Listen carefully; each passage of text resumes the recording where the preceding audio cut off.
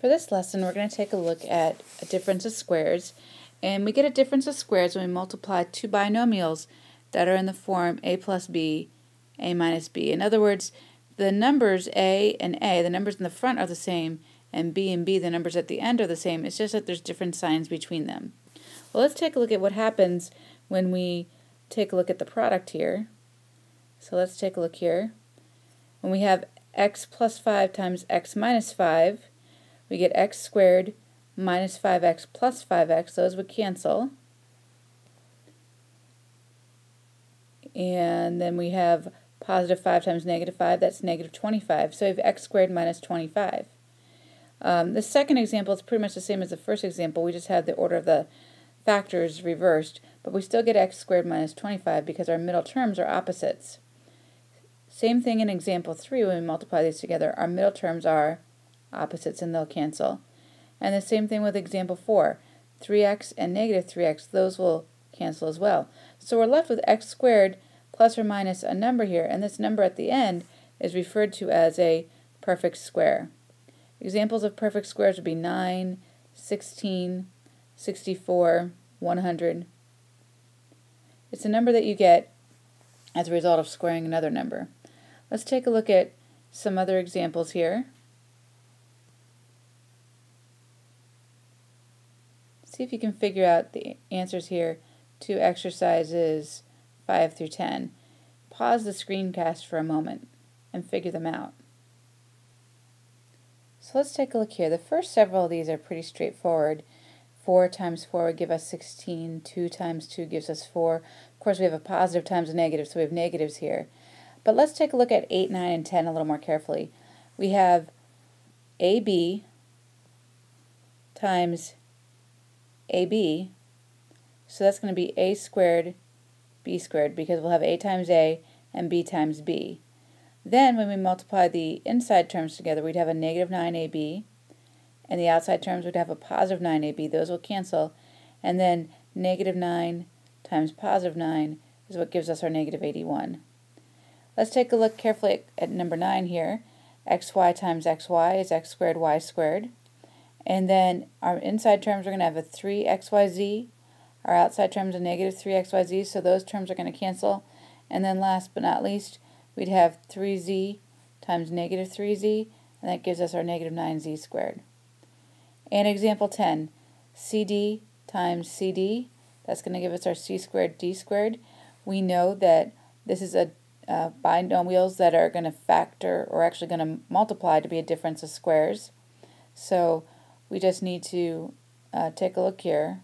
Oh, I just noticed that I made a mistake. Let's take a look here at our very last terms. Negative 6e times positive 6e, that's going to be negative 36e squared, not negative 36 CDE, negative 36 e squared. So this should be c squared d squared minus 36 e squared. Let's take a look at some other examples where we're going to go the other direction with these problems. So now we're going to factor. We have a difference of squares and we're going to come up with a factor. So it's kind of the opposite of what we were doing here. So let's take a look at this first example. For this first example, we have x squared minus 49. Well, I recognize that x squared is a perfect square, so I'm going to have x at the front of each of my parentheses. And 49 is a perfect square. It comes from multiplying 7 times 7. So we'll have a plus 7 and a minus 7. This next example, we're going to take a look here at the two values. 49 is a perfect square. That comes from, once again, 7 and 7. And then 4x squared comes from 2x being squared.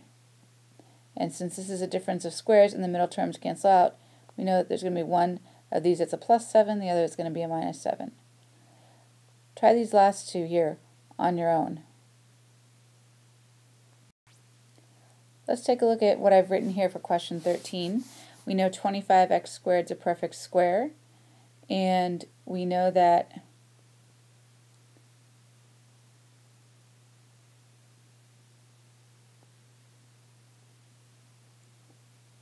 with 25x squared, we know that that becomes 5x squared times 5x squared. And we know the negative 16 is a perfect square. We have plus 4 and minus 4. Let's take a look at example 14 here. This one's a little different because we have an x to the fourth. And that might not seem like a perfect square, but it is. We can think of x to the fourth as being x squared squared. So we have x squared and x squared. X squared times x squared is x to the fourth.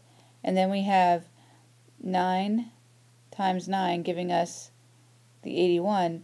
But I want to point out that we didn't quite finish factoring this yet. We still have this right here, this x squared minus 9 right here is still a difference of squares. So we're going to factor that a little bit further. Let me change my pen color here. Let's factor that x squared minus 9 is x plus 3, x minus 3.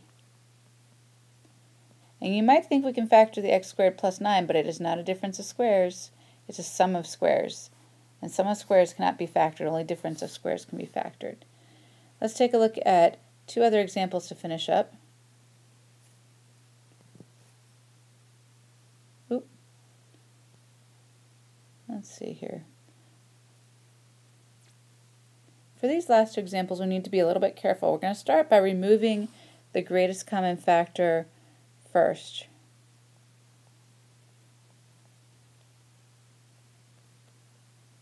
So here, the greatest common factor, and you guys just had a quiz on this and did very well, the greatest common factor of 6x to the third minus 24x would be a 6x. And then if I pulled out a 6x from the 6x cubed, I'd be left with an x squared. And then 6x times negative 4 would multiply to be negative 24x. And notice now we have a difference of squares, so we're going to factor that just a little bit further. And let's take a look at this one final example. Here we have 5 and 45. Greatest common factor would be 5. And I see these both have an a, so I'm going to factor out an a squared. And I have to ask myself, what times 5a squared is going to give me 5a to the 6th? I would need an a to the 4th.